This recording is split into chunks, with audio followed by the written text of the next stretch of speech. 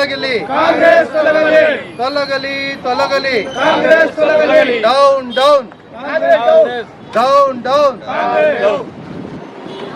ಮತಕ್ಕೆ ಭಾರತೀಯ ಜನತಾ ಪಕ್ಷಕ್ಕೆ ಭಾರತೀಯ ಜನತಾ ಪಕ್ಷಕ್ಕೆ ಧಿಕ್ಕಾರ ಧಿಕ್ಕಾರ ಸರ್ಕಾರಕ್ಕೆ ಧಿಕ್ಕಾರ ಧಿಕ್ಕಾರ ಧಿಕ್ಕಾರ ಕಾಂಗ್ರೆಸ್ಗೆ ಧಿಕ್ಕಾರ ರಾಜಕೀಯ ಕೆಟ್ಟ ಕಾಂಗ್ರೆಸ್ ಸರ್ಕಾರಕ್ಕೆ ಧಿಕ್ಕಾರ ಧಿಕ್ಕಾರ ರಾಜಕೀಯ ಕೆಟ್ಟ ಕಾಂಗ್ರೆಸ್ ಸರ್ಕಾರಕ್ಕೆ ಧಿಕ್ಕಾರ ಧಿಕ್ಕಾರ ಬೆಲೆ ಏರಿಕೆ ಮಾಡುತ್ತಿರುವ ಕಾಂಗ್ರೆಸ್ ಸರ್ಕಾರಕ್ಕೆ ಧಿಕ್ಕಾರ ಧಿಕ್ಕಾರ ಧಿಕ್ಕಾರ ಧಿಕ್ಕಾರ ಕಾಂಗ್ರೆಸ್ ಸರ್ಕಾರಕ್ಕೆ ಧಿಕ್ಕಾರ ಧಿಕ್ಕಾರ ಧಿಕ್ಕಾರ ಕಾಂಗ್ರೆಸ್ ಸರ್ಕಾರಕ್ಕೆ ಧಿಕ್ಕಾರ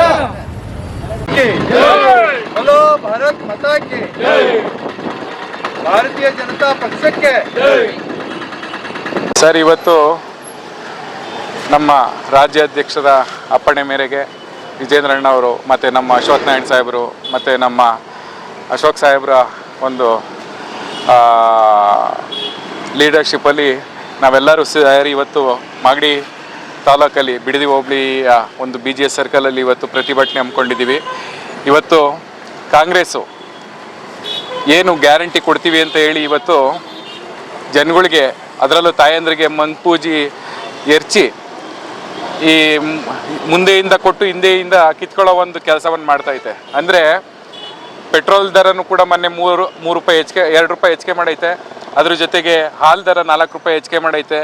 ಹೀಗೆ ಎಲ್ಲ ದಿನಸಿ ಐಟಮ್ಗಳೇ ಇರ್ಬೋದು, ಸಾಮಾನ್ಯವಾಗಿ ಬಡವರು ಏನೇನೋ ಸಂಸಾರಕ್ಕೆ ಬೇಕಾದಂಥ ಎಲ್ಲ ವಸ್ತುಗಳನ್ನೂ ಕೂಡ ಇವತ್ತು ಏರಿಕೆ ಮಾಡುವ ಮೂಲಕ ಮತ್ತೆ ಅವ್ರ ಹತ್ರನೇ ಕಿತ್ಕೊಂಡು ಅವ್ರಿಗೆ ಕೊಡುವಂಥ ಕೆಲಸವನ್ನು ಮಾಡ್ತಾಯಿತ್ತು ಇವತ್ತು ಈ ಒಂದು ಕಾಂಗ್ರೆಸ್ ಸರ್ಕಾರ. ಹಾಗಾಗಿ ಈ ಕಾಂಗ್ರೆಸ್ ಸರ್ಕಾರದ ಈ ದುರಾಡಳಿತ, ಅದ್ರ ಜೊತೆಗೆ ಇವತ್ತು ನಿನ್ನೆ ನಮ್ಮ ವಿನಯ್ ಸೋಮಯ್ಯ ಅಂತ ಹೇಳಿ ನಮ್ಮ BJP ಕಾರ್ಯಕರ್ತನೂ ಕೂಡ ಮಡಿಕೇರಿ ಅವರು ಇವತ್ತು ಆತ್ಮಹತ್ಯೆ ಮಾಡ್ಕೊಂಡಿದ್ದಾರೆ. ಅಲ್ಲಿ ಇಬ್ಬರು ಸ್ಥಳೀಯ ಶಾಸಕರ ಹೆಸರುಗಳನ್ನು ಹೇಳಿ ಅವರು ಆತ್ಮಹತ್ಯೆ ಮಾಡ್ಕೊಂಡಿದ್ದಾರೆ. ಅವ್ರ ಕಿರುಕುಳನ್ನು ತಾಳಕ್ಕಾಗದೆ ಇವತ್ತು BJP ಅವ್ರನ್ನ ಒಂದು ದ್ವೇಷದ ರಾಜಕಾರಣಕ್ಕೆ ಇವತ್ತು ಒಳಪಡಿಸ್ತಾ ಇದ್ದಾರೆ. ಈ ಕಾಂಗ್ರೆಸ್ ಸರ್ಕಾರ ಇದೇ ರೀತಿ ಸರ್ವಾಧಿಕಾರಿ ಧೋರಣೆಯಿಂದ ಇಡೀ ರಾಜ್ಯವನ್ನು ಒಂದು ಕೋಮಿನ ಸಲುವಾಗಿ ಇವತ್ತು ಎಲ್ಲರನ್ನು ಕೂಡ ಬಲಿ ಹಾಕುವಂಥ ಕೆಲಸಕ್ಕೆ ಹೊರಟಿದ್ದಾರೆ. ಇವತ್ತು ಅವ್ರು ಯಾರಾದರೂ ಅವ್ರ ವಿರುದ್ಧವಾಗಿ ಮಾತಾಡಿದ್ರೆ ರೌಡ್ರಿ ಶೀಟ್ರು ಮಾಡ್ತೀವಿ ಅನ್ನೋದು, ಇಲ್ಲ CD ಬಿಡ್ತೀವಿ ಅನ್ನೋದು, ಈ ಥರ ಒಂದು ಕೀಳು ಮಟ್ಟದ ರಾಜಕೀಯವನ್ನು ಮಾಡಿಕೊಂಡು ಇವತ್ತು ಕಾಂಗ್ರೆಸ್ ಸರ್ಕಾರ ಆಡಳಿತ ನಡೆಸ್ತಾ ಇದೆ. ಇದನ್ನೆಲ್ಲ ನಾವು ಧಿಕ್ಕರಿಸ್ತಾ ನಾವು ಇವತ್ತು ಅವ್ರ ವಿರುದ್ಧವಾಗಿ ಪ್ರತಿಭಟನೆ ಮಾಡ್ತಾ ಈ ಒಂದು ಸರ್ಕಾರ ತೊಲಗಬೇಕು. ಅದರಲ್ಲೂ ತಾಯಂದ್ರು ಎಚ್ಚರಿಕೆ ವಹಿಸಬೇಕು. ಏಕೆಂದರೆ 500 ರೂಪಾಯಿ ಇವತ್ತು 5 ವರ್ಷ ಒಬ್ಬ ಒಂದು ಸರ್ಕಾರ ಯಾವ ರೀತಿ ದುರಾಡಳಿತ ಕೊಡುತ್ತೆ ಅನ್ನೋದು ತಾವೆಲ್ಲರೂ ಕೂಡ ಗಮನಿಸಬೇಕಾಗುತ್ತೆ.